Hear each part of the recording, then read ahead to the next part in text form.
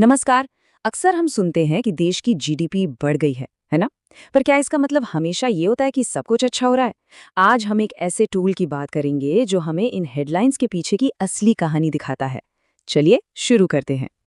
अब ये सवाल सुनने में तो बड़ा सीधा साधा लगता है ना, लेकिन इसका जवाब थोड़ा टेढ़ा है। जीडीपी का बढ़ना हमेशा ये नहीं बताता कि देश में प्रोडक्शन भी बढ़ा है। हो सकता है जीडीपी सिर्फ इसलिए बढ़ी हो क्योंकि चीजें महंगी हो गई हैं। तो आज हम इसी पहेली को सुलझाएंगे। चलिए इसे एक छोटे से उदाहरण से समझते हैं। मान लीजिए एक बेकरी है। अब उसकी सक्सेस हम कैसे नापेंगे? इस बात से कि दिन के आखिर में उसके कैश बॉक्स में कितने पैसे हैं, या इस बात से कि उसने असल में कितने केक बेचे? ये छोटा सा एग्जाम्पल ही हमें एक पूरी इकोनॉमी को नापने की बड़ी चुनौती को समझने में मदद करेगा। और बस यहीं से एंट्री होती है हमारी कहानी के दो मेन किरदारों की। एक है नॉमिनल जीडीपी और दूसरा है रियल जीडीपी। ये कह सकते हैं ग्रोथ के दो अलग अलग पहलू हैं। तो नॉमिनल जीडीपी क्या है? इसे ऐसे समझिए कि ये हमारी बेकरी की दिन भर की टोटल कमाई है। मतलब आज की कीमतों पर कितना सामान बिका। ये बस एक कच्चा सीधा साधा आंकड़ा है जिसमें कोई एडजस्टमेंट नहीं किया गया है। अब आते हैं रियल जीडीपी पर। ये हमारी बेकरी में असल में बिके हुए केक्स की गिनती की तरह है। मतलब कीमत चाहे जो भी हो, केक कितने बिके। रियल जीडीपी कीमतों के उतार चढ़ाव यानी महंगाई के असर को हटा देता है और हमें ये बताता है कि सच में प्रोडक्शन बढ़ा भी है या नहीं। ये हमें ग्रोथ की असली साफ तस्वीर दिखाता है। तो कुल मिला के बात यह है कि नॉमिनल जीडीपी तो कीमतों के बढ़ने से भी बढ़ सकता है और प्रोडक्शन बढ़ने से भी।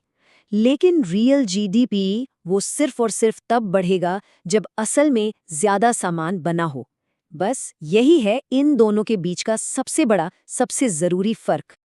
तो सवाल ये उठता है कि हम नॉमिनल से रियल जीडीपी तक पहुंचते कैसे हैं? और यहीं पर एंट्री होती है हमारी कहानी के हीरो की, जीडीपी डिफ्लेटर। इसे एक जासूस समझिए जिसका काम है महंगाई का पर्दाफाश करना। सीधे सीधे कहें तो जीडीपी डिफ्लेटर वो ब्रिज है जो नॉमिनल और रियल जीडीपी को जोड़ता है।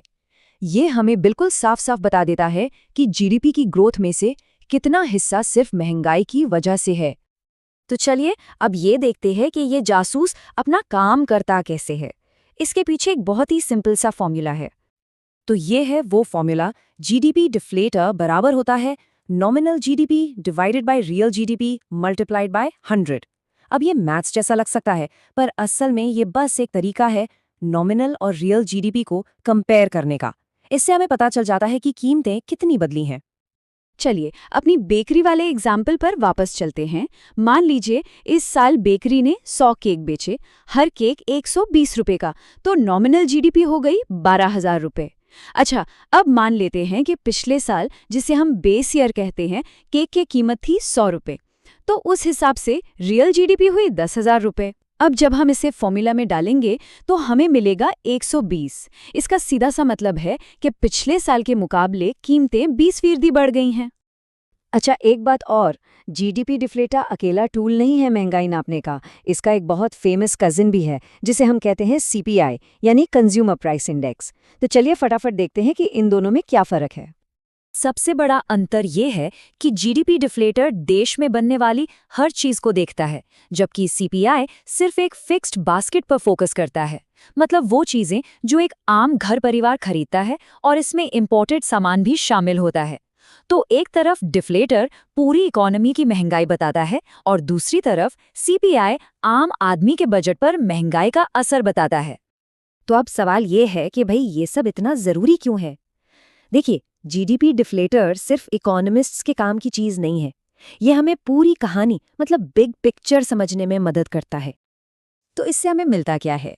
पहली बात, ये हमें पूरी इकोनॉमी में महंगाई का एक ब्रॉड व्यू देता है। दूसरी बात, इसकी मदद से हम समय के साथ इकोनॉमी की परफॉर्मेंस की सही सही तुलना कर पाते हैं। ये सरकारों और सेंट्रल बैंकों को सही पॉलिसी बनाने में भी मदद करता है। और सबसे ज़रूरी बात, ये हमें हेडलाइंस के पीछे की असली कहानी दिखाता है।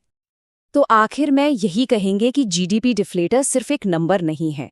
ये इकोनॉमिक रियलिटी को साफ साफ देखने का एक चश्मा है। ये हमें सतह के नीचे झांकने की ताकत देता है, ताकि हम समझ सकें कि हमारी इकोनॉमी असल में कैसा कर रही है। चलिए जाते जाते एक सवाल छोड़ जाते हैं। जीडीपी डिफ्लेटर हमें कीमतों के बारे में तो बता देता है, लेकिन देश की भलाई के कौन से जरूरी पहलू हैं जिन्हें ये नहीं नापता? जैसे लोगों की खुशी, उनकी हेल्थ या हमारे पर्यावरण की हालत। सोचिएगा जरूर।